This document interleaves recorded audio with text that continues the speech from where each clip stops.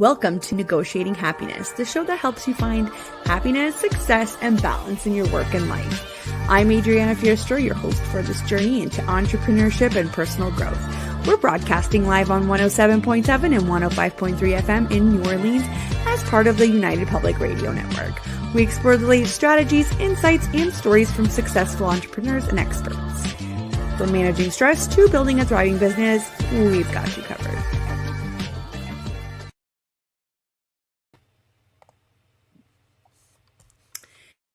Good afternoon, everybody. Welcome. This is Monday, March 11th, and I'm your host, Adriana, and we are broadcasting live on the United Public Radio Network and UFO Paranormal Radio Network at 105.3 and 107.7 FM in New Orleans, and you are listening to Negotiating Happiness. So please grab your coffee, grab your lunch, and join us as we are welcoming back Ariane. How are you, Ariane? Yay, thank you for having me back. I'm very excited being here. I'm doing great. Thank you. How are you?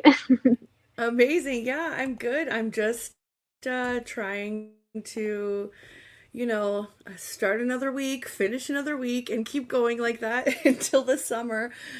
Here in Canada, we've had some okay days weather-wise, so it's kind of boosted my mood, and then all of a sudden we got hit with snow again, so that wasn't too exciting, if that makes sense.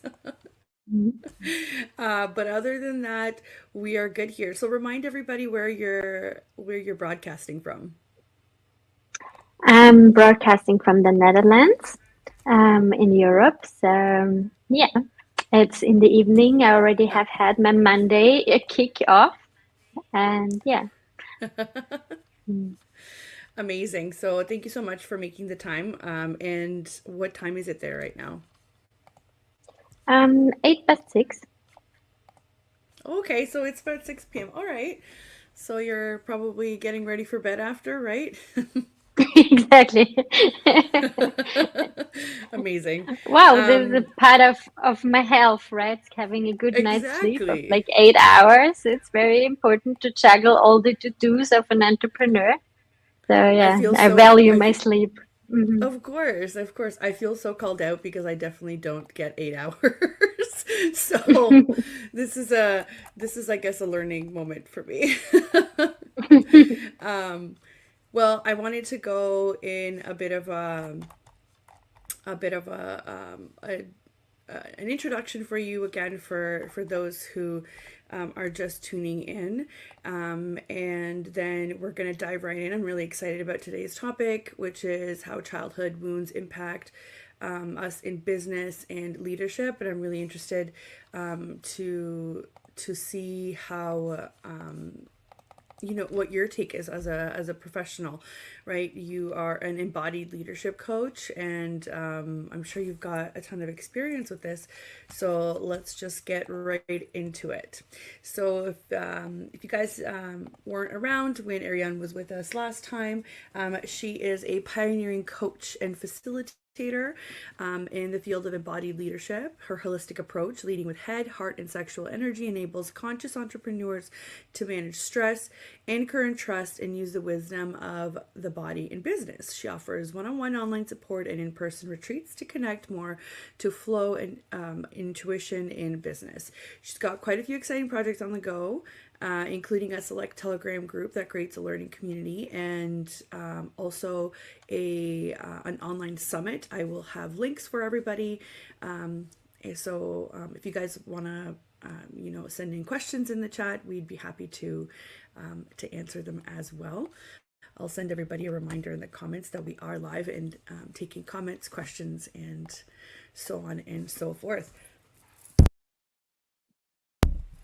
So tell us a bit about, how do you approach this, or how do you, when you work one-on-one with clients, how do you figure out that this is what, is impacting in the business, the, childhood wounds, and what's your experience with that right off the bat? Yeah, thank you for that beautiful question. Well, usually in the intake, when people come to me, this is because they're feeling stuck, they're struggling with some sort of pattern, and they keep on bouncing back all the time, and this manifests as in usually limiting their ability to be really successful or really wanting to be where they are, or like feeling very confident in the way what they're bringing forth. So in the first phase, when I work one-on-one with my clients, is about like really becoming aware of what are the patterns and what are the triggers of those patterns that come up that are giving this feeling of being stuck or feeling of like capping oneself or sabotaging oneself, right? In the way how we are leading ourselves, our businesses, and the people around us. And usually it manifests always in how childhood wounds particular manifest is like there is always like the same narrative around it. It is you find yourself usually in a lot of similar situations. This can be that you attract this, let's say, like this employee, and it's always the same type of employee, and it always comes to some sort of like dynamic that keeps on repeating and showing itself. Or it can also manifest as in feeling like one day I'm all into my business and the other day I'm like, I don't want to look at it. This kind of like in and out relationship with business. So we're looking into what is the relationship that I have with my business, with the people in my business, or with the people that are connected to my business. And for this, it becomes very clear the patterns that are acting up, and then we're going deeper into really looking behind those patterns, deeper into what is the imprint that is happening. And I would say most of the things that are surfacing has some imprint in our childhood of a feeling of not good enough or not worthy enough. And this, of course, manifests in business. It can be manifesting. One of my clients recently, this was very interesting.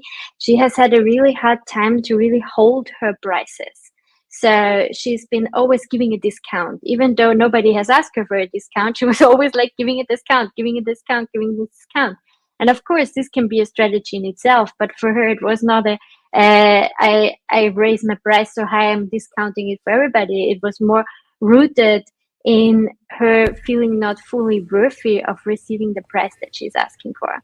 So we were going back into, okay, what has happened in her childhood? Where was this imprint? And how can she shift that imprint? How can she shift the pattern so she can stop sabotaging herself and stop not feeling enough for the price that she's asking? Mm-hmm.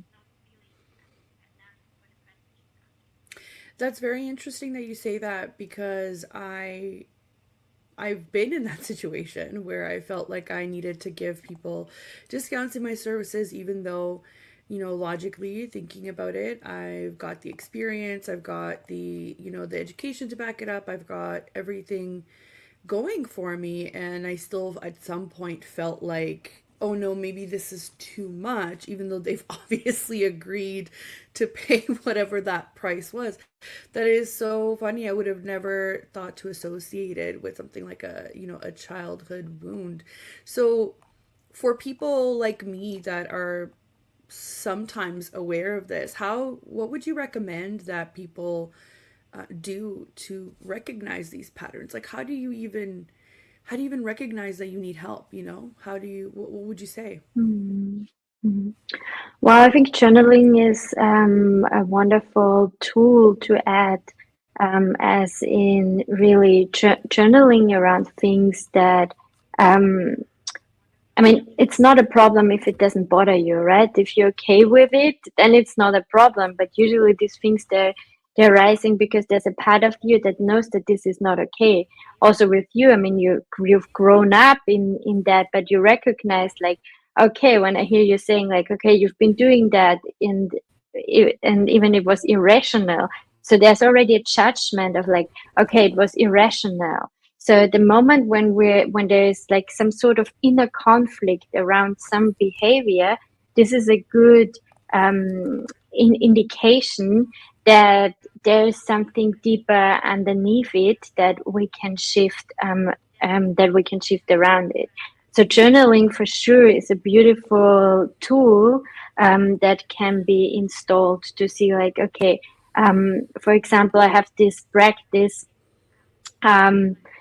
that where it's about, because these things, they're more like in the subconscious, right? So it's not like not for everybody is conscious. So the good practices work could be like, okay, I give myself 2 minutes and I write down on a piece of paper, success is, and then I keep on writing as many things as I can, what success is. Success is, success is, success is, success is.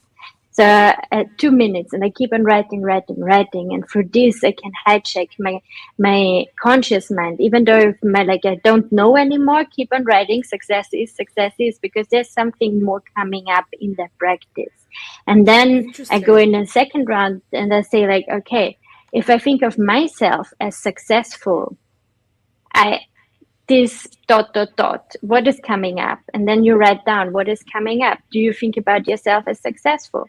And then like, what if you think of yourself, what is coming up? So you keep on writing around that 2 minutes. And I think it's very important when we want to hijack our subconscious mind that we stick to a time and we stick to like a repetition, some sort of repetition. So this is how we can go like deeper. And if we go fast, we can go deeper into what comes up behind that.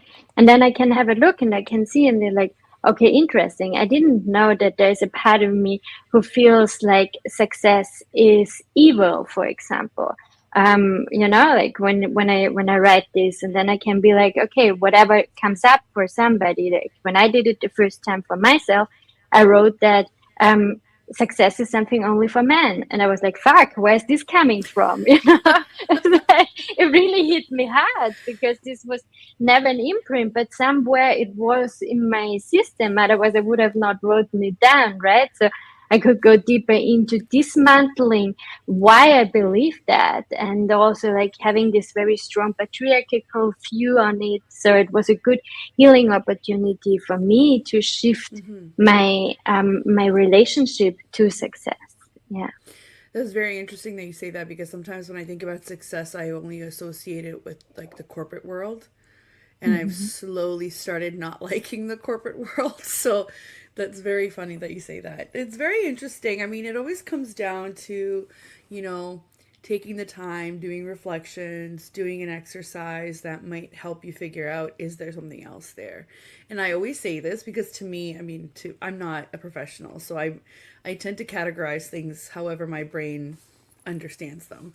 So to me, it sounds like everybody just needs therapy, right? Like everybody just needs some form of therapy where they're allowed to reflect, and not necessarily in the traditional way, because to me, this is also therapy, like doing the work, doing the exercises, doing, having a moment of silence just to sit in your thoughts is also to me therapy, because I find that nobody has that anymore. Because when you have that moment of silence, you turn on the TV. When you have that moment of silence, you go and, I don't know, make a snack, or you go and do some laundry. That's not a moment of silence. That's not a moment of sitting in your own thoughts. And it's funny, because when I think of silence, I think of the dark as well.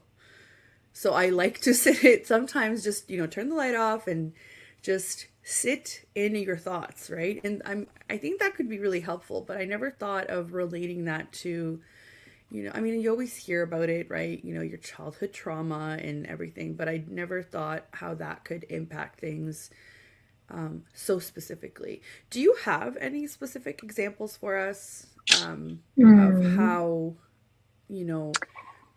that impacts? I have some and many. In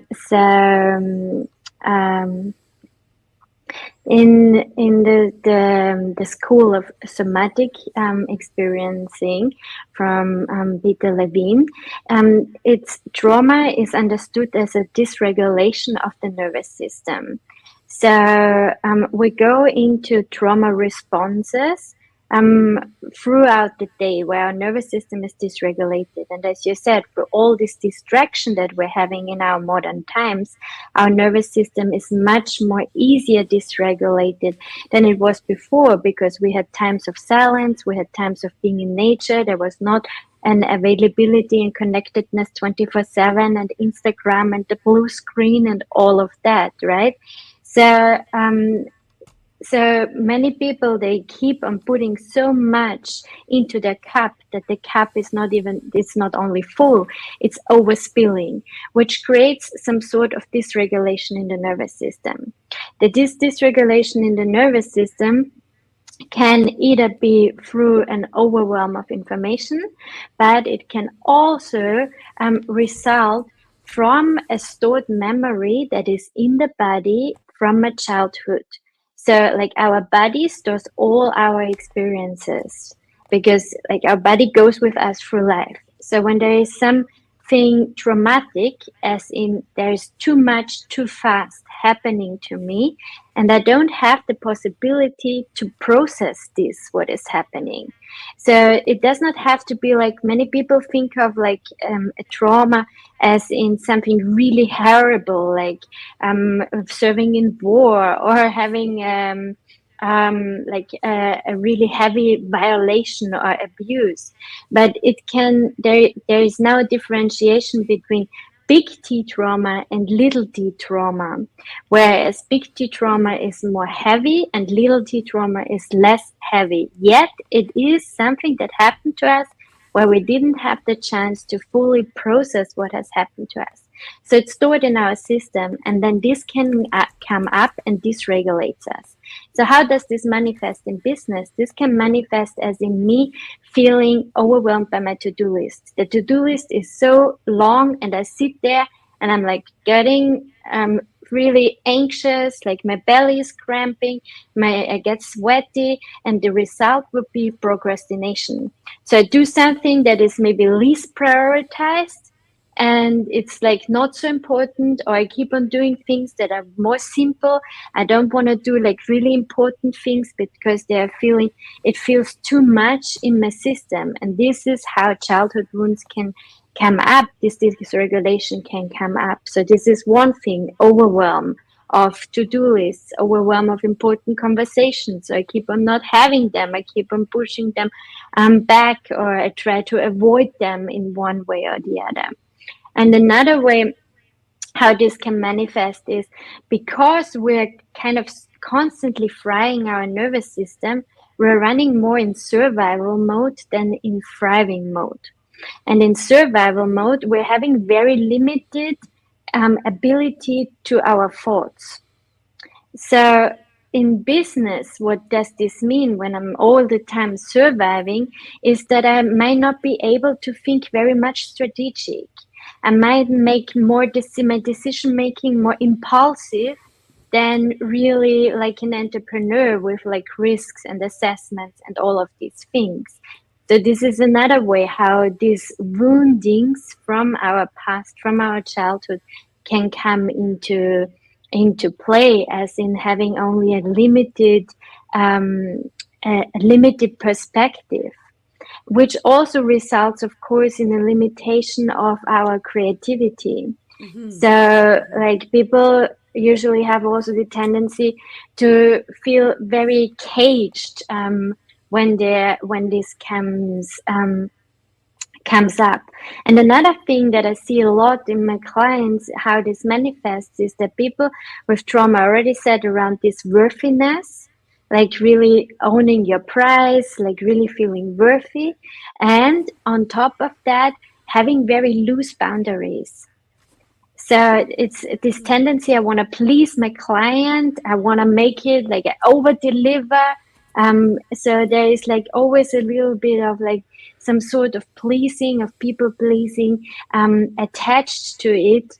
And this is how it comes up, that I'm over delivering, that I'm like going the extra mile, but for everybody. And then I feel overwhelmed because I keep on over delivering and I'm underpaid. So, right. And then all of it comes into place, right? So like really having clear and strong boundaries is another one. And I think I could go on a little bit more, but I stop here for now. That's okay. I think that I just want to go back to the part where you talked about how we spend more time in survival mode rather than thriving. I relate that to when you're tired. And a lot of people don't realize how much less efficient your brain is when you're tired. Like, yes, it makes sense, but when you're so used to doing it every day, you just say, I'm fine. I can live off of 6 hours a week, a night. And I'm talking about myself here. I am the number one culprit for this. And I related to that. They're so used to being in survival mode that they don't have anything to compare it to. They don't have the thriving mode to compare it to say, oh, wow, I'm really not making the best decisions. I really can't strategize. I really can't do this to the best of my abilities because I'm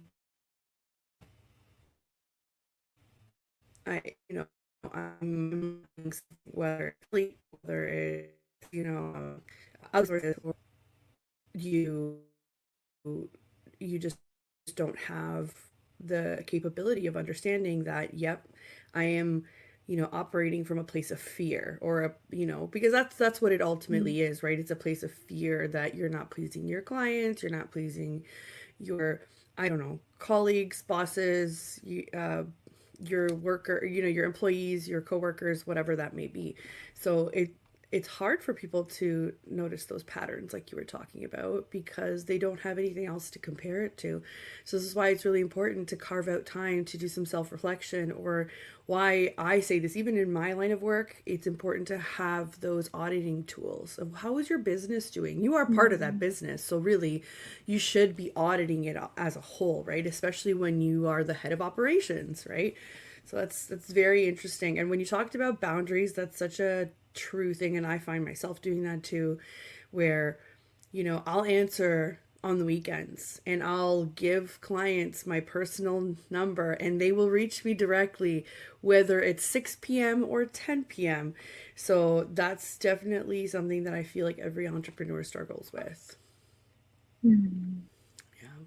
What about somebody's ability to recognize it? So let's say you're at that stage, right? So you've recognized that there's something wrong and this could go further into your, childhood wounds. What would you suggest you start with? Maybe somebody's not super open to doing either therapy or any kind of coaching. How would you suggest they start dealing with the problem, I mean?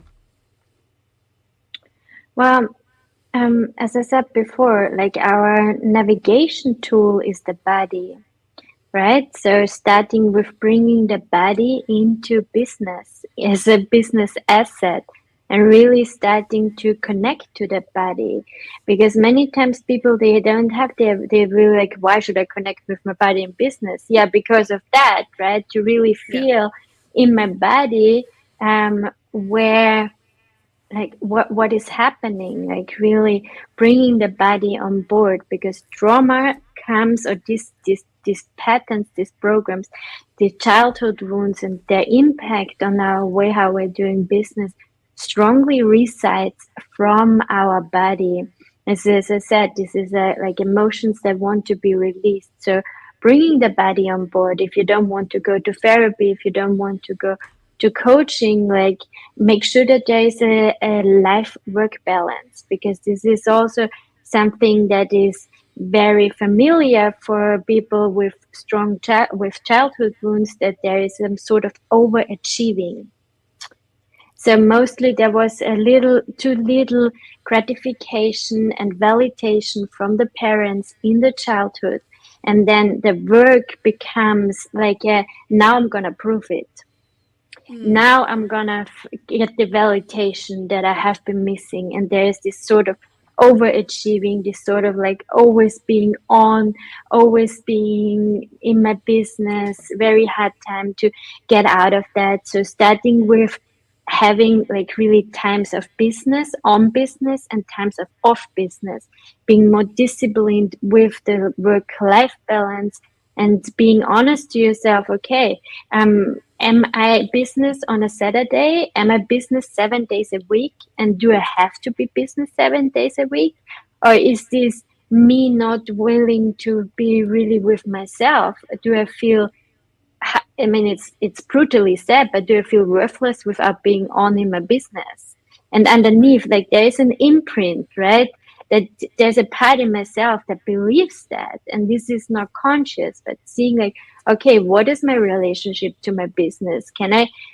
Is my business an entity on itself, or is my personal well-being totally dependent on the well-being of my business? So things like that, to start investigating with work-life balance, relationship to business, to get going, to get started. And then the aha moments come in, and then the awareness comes in. But also, I want to say that awareness is very important in that journey, but it's only half of the equation. So also we need to bring in the body, the embodiment, to shift things. Because many times, don't know, maybe also you know that many times you're very aware of what is happening, and you see yourself doing the same thing over and over and over, and it doesn't help you that you know that you do it and that it's not good for you, right? So it's like, okay, awareness is half of the medicine, but the other half is to really like see, okay, how can I shift this in my body? How can I release this in my body? And this is where then the coaching and the embodiment tools come in. It's very important to, not only when you recognize it, you actually have to, have a plan to fix it, but also implement it. Because how many of us have tried things and then have given up after, one or two times? It takes consistency. This is where I think coaching comes in really handy, because somebody's there to hold you accountable. And a lot of the times that's what you're actually paying for, because even if if you're like me, sometimes you go overboard and you start doing all this research, so you gain all this knowledge, but you don't have somebody there to guide you, and you don't have somebody there to keep you accountable. So I definitely think that this is one of the biggest I guess benefits of coaching. It's not only the knowledge, right? Because like you said, we're always connected. Sometimes we have access to that knowledge. No, we don't have access to the experience of the coach, but we have access to the knowledge, at least. But the most important part is that they're there to support, right? That's where you really get a lot of value, is like the support, the guidance, the accountability, the seeing it through and actually pointing out results. Because sometimes we're really good at being harsh, right? And being exactly. saying instead of 10 steps ahead, I was only 2. Right, but then your coach will sit there and say, yeah, but yesterday you were 2 behind, right? So still, pointing out progress is so important to keep somebody motivated. And sometimes we're too into our own head to see it, right? So before we go on, I just wanted to do a quick station intro, since we are just over halfway here. So for those of you just tuning in, you are listening to Negotiating Happiness, and we are live on the United Public Radio Network and UFO Paranormal Radio Network at 105.3 and 107.7 FM in New Orleans. And just a quick reminder, if you guys want to watch some of our shows on TV, go ahead on Roku TV and search us up. I am here today with Ariane. She has come back to us, and we are super grateful. And today we are talking about how childhood wounds impact business and leadership. So if you guys are just tuning in or want to go back and listen, we will be on all of our archives, and we are streaming on all popular platforms as well. So we're here. I wanted to talk to me a bit about your new project, because I was super excited to hear about this. So all I know is that it's an online summit. I will post the link in the comments for everybody, but it's also swiping across the screen here. So what is betterrelationsmethod.com? Wonderful. Thank you for bringing that up. Well, this online summit is mainly about how trauma impacts our ability to relate. So it's relating to humans, relating to friends, relating to peers, relating intimately as well. So in this summit, I have gathered 15 experts in the field of relationship, trauma, tantra, and conscious sexuality. And I asked them, why is it so hard in our modern time to have really the healthy and fulfilling relationships that we are so craving and desiring? And what does it need in order to get to these relationships? And again, we're talking about how our imprints, our patterns, our wounds are impacting us in the way how we're relating. And it doesn't matter if it's relating to business or if it's relating to money or if it's relating to your intimate partner. There is always some sort of repetition that indicates that there is some unfinished business, like something that has happened to you in your childhood that wants to be finished, but it's keep on coming up and keeps on sabotaging us and hijacking us in the way how we are relating, in the way in our capacity of holding love, in our capacity of holding success, in our capacity of holding power, and all of that. So this summit is the intention is to normalize this conversation and bring more nervous system dysregulation and little t trauma, like this awareness into people, because through this awareness it can shift so much how we are actually relating to everything that is ourselves and also everything that is around us, through knowing, as you said before, like what if people don't know? This is the place to get this information, to educate yourself and to become aware of like how our childhood imprints can impact us in the way how we're relating. So yeah, I'm very excited. I have had amazing conversations throughout the last 2 months. There's going to be a live opening and a live closing circle that I will be guiding, where we go deeper into tools that can help to regulate that nervous system and to find to a space of like deep relaxation, where we can also access our pleasure capacity fully and bring that capacity also into the way how we are doing business. So yeah. I just for anybody listening, I just popped up the website here on the screen. It sounds really exciting, and it's the 19th to the 26th of March, right? Mm-hmm. It's the 19th to the And 26th of March. It's for scrolling free. down. Mm-hmm. Yeah, and I'm scrolling down here, and you have your lineup up here, which is super exciting. So if anybody wants to check out who will be speaking, all lineup is posted. It seems like you've got an array of people. There's so many. That's amazing. We Very have 15 nice. speakers from. Mm-hmm. Sorry. Yeah, and you can sign up here on the main page, correct? Exactly. Wonderful, wonderful. Well, I hope that everybody signs on. I will post it on my socials as well. Thank you for bringing this to us. Thank This is super you. exciting. And what are your, as an entrepreneur yourself, what are your hopes for this summit? What are you hoping that people leave with, or even from an entrepreneurship perspective, not only like a coach perspective? Because I mean, this is a big deal, and I want people to understand that pulling all of this together and getting 15 experts, it's a big deal. So congrats, Thank you. Yeah, I've been working hard the last months, that's for sure. Yeah.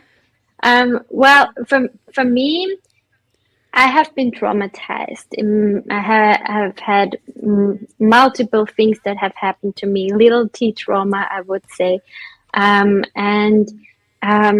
for me personally, this education has helped me so much in understanding myself better and shifting the way how I relate, not only in my intimate relationships, but also in the way how I'm relating to my business. In my first years of business, I was so triggered by my business that I wanted to leave it every week. I was like, I'm not gonna do that.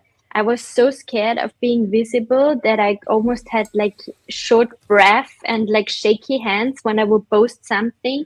And then I would really also a lot like being into gratification of likes. If people would not like my posts, this is my marketing tool, I would feel like I'm rejected from the market, which is very ridiculous. But there was a part of myself that is that has wanted to have this validation from the outside, right? So I've done all my work, I've educated myself, and I brought this together for other people to educate themselves so they can have the healthy, fulfilling relationships they desire in their life. Because I truly believe that this is what's needed right now in our society, in our world, to really start tuning in and working on ourselves and shifting our reality from that perspective, because then everything else becomes secondary, right? And we can be more fulfilled, happy, and yeah, and have the life that we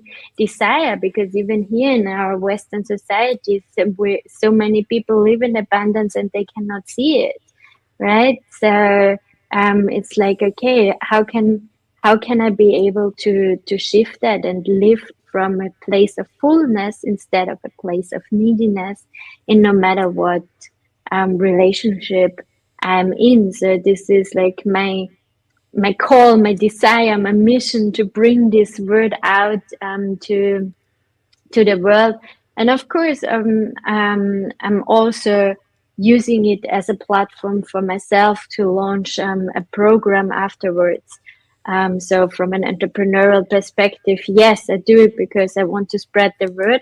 But yes, I also do it because there's this method, the Better Relations method, that I work with also in my practices, and I'm gonna launch the Better Relations method training for coaches, therapists, healers who want to bring in this modality and help their clients in shifting their way how they are impacted by their childhood wounds and patterns and trauma.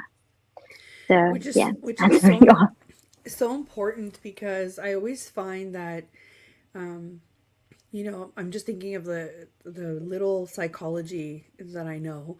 And you learn about all of the basics. You learn about the the famous names, all the people that have pioneered the industry. And I'm just comparing it to this, but obviously it's a little bit different.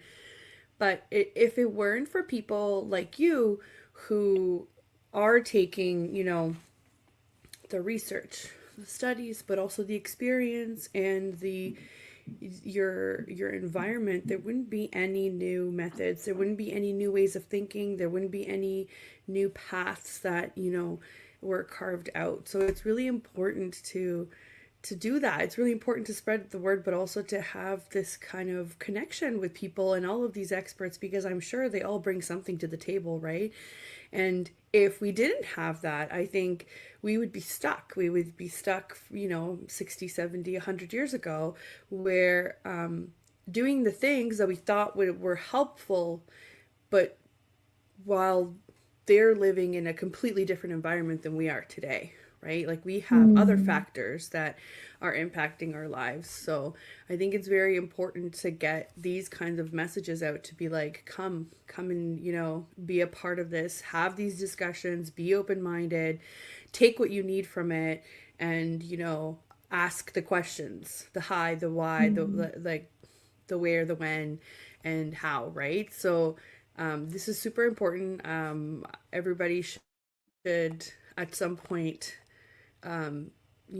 go through these kinds of development tools, which I call them development tools, because give me an example of one person who doesn't have any relationships, and that's pretty impossible, right? Because relationships can be anything. So I mean, I urge everybody. So 19th to 26th of March, sign up on the website. I have already posted the link there. You guys will also find the link in the description if you are listening to this later.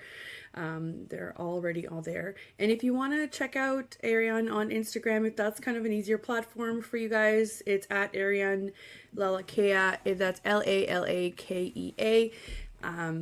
And I am posting it right across the screen right here too if you guys want to follow her. It's really so interesting ever since I've started this platform. This is my version of my platform, right, through the network. I've just met so many cool and interesting people that we're all kind of working towards the same goal. We're just in different industries, right? And we're all kind of defining success in our own ways. So it's really, really interesting to see that. Tell us a little bit about your Telegram group, because I think during our last show we didn't really cover much of it. Yeah, thank you for bringing that up also. I have a little Telegram group that is also for free. It's called the Somatic CEO. And I give tools and practices for self-reflection, for like really embodiment, some small things every now and then into it, with the invitation for everybody there to use this as a little bit of an input for starting the process in increasing our capacity, because at the end, this is what it comes down to, right? All the work that I'm doing, it's about increasing your capacity, the capacity of love, the capacity of success, the capacity of power, and as you said so beautiful, also the capacity to define what love, success, and power means for me. I think this is something very beautiful that is accessible for us in our times now, that we have this freedom to really define that in our own terms, and are not obliged to follow some certain structures, or even as women, we're not even having the possibility to be entrepreneurs, right? So like really, really beautiful to have this and to use this and to really own that power and step into self-responsibility, and with this into self-creation, and of designing the life that we're wanting, because life is happening through us and not to us. So yeah. I don't know, for some reason I cannot hear you anymore. Is it only me? No. Oh yeah, now you're back. There you go. I said that's a really interesting statement to make, that life is happening through us, not to us. I feel like a lot of people don't really understand that, or they think they do. We have a lot more control than we think we have. And I think it starts right down to the way you think, right? Or the way because you can limit yourself right from the beginning. And the beginning is like the beginning of a thought. So that's very, very interesting. This is why it's so important to have connections with people that are like-minded and that want to have these discussions, because how many times in your day do you sit there and, start pondering life? Or how many people do you have in your life that you can do that with? Probably not very many, right? But yet we talk about chores and work and groceries and driving here, driving there, and getting the kids to soccer and doing this and doing that, right? We have time for everything else that's keeping us kind of busy. Stuck and busy, but we don't have time to ponder the rest of the things. Okay, so and I'm not knocking it, because I am in that too, right? I am in the whole parent mode and adult mode and business and work and whatever else. But I think being intentional about time means that you also get to make time to have access to these kinds of development tools, right? Talk to people about what does that mean to you, and what will that spark. Well, I don't know, in the last little while I kind of realized I don't want to work for the rest of my life. I don't want to, like, how can I create my life in a way that will support what I want, right? And I know that I understand that some people don't have the options that I do, right? But to a certain extent and capacity, everybody has the option to think positively, or not just think positively, because that's been overused, but to not limit yourself in your thoughts, right? Not to limit yourself in your thoughts and your actions so that you can change something about your life. So we're not talking about privilege. I understand. We have that. We have privilege, and I recognize it, and it's, and the other part is I also worked blood, sweat, and tears. Okay. That's all I have to say. Blood, sweat, and tears. But I don't want to do blood, sweat, and tears for the rest of my life. So this is where, you start kind of framing your thought process around what you do want. And you put the worries aside for a minute and say, okay, how could that work? How can I make that work? What kind of support do I need? And then if you don't have ideas, this is why a group like that would be super beneficial, because you are open to everybody else's perspectives. And like you said, we're all connected. We're we have access to all this information, and it's all about perspective, right? Somebody else could be in the same position as you and doing things very differently, right? Yeah, exactly. And that's the thing, right? As as you said, I think we went deeper into that last time. How can I bring in more this feminine energy, more like my heart and the energy also from my life force energy into the way how I do business, and through this feel more vital at the end of the day, feel more connected, feel more creative, feel more trusting, and all of these things, they come from the body. And from little shifts, I think that many people, they think like, oh my god, this is so out there, and as you said, they project like, well, they have this privilege being in the position, but no, also me, I mean, we are in the system, right? So Yeah. I'm part of the system. I'm not out of it. I also have my responsibilities and all of that, but it's like, okay, one simple breath, like if I keep on breathing more consciously, deeply, if I keep on shaking my body every now and then, this already shifts a lot. It doesn't need major, tremendous changes. And in the Telegram group, this is where I give these little biohacks that can be implemented very easily, that have a huge impact in the way how we feel and lead and hold ourselves. And from also for this, it gives new perspectives. Yeah, totally. I'm super excited to dive in. I'm gonna try and make some parts of your summit there, because Yeah. I'm interested in hearing you and like some of your experts talk. So hopefully I can fit that in my schedule. I'm your like typical entrepreneur that is like overwhelmed and sleep deprived and everything, but I am aware. So we've got the first part down. We got to do the other parts, right? So I'm gonna try and fit it into the schedule. But it's crazy how we're already almost done the first quarter of 2024. Like, where did the time go? Felt like January was 82 years long, but then after that, everything just came so fast. So I'm gonna try and fit it into the schedule. I do try and carve out time. Like usually Mondays are a little bit more, I lean towards my business rather than my client work. So a lot of the times I'll try and Yep. excuse me, I'll try and sit down to figure out, okay, what am I doing next? Like, do I take a call, or do I network with somebody, or do I, check out a summit or anything like that? So, highly recommend that people carve out, make it a thing in your schedule, right? Implement it and then follow it. I'm not always good at following it. Sometimes client work does come up because of emergencies, but typically speaking, Mondays are kind of like for my business and for me.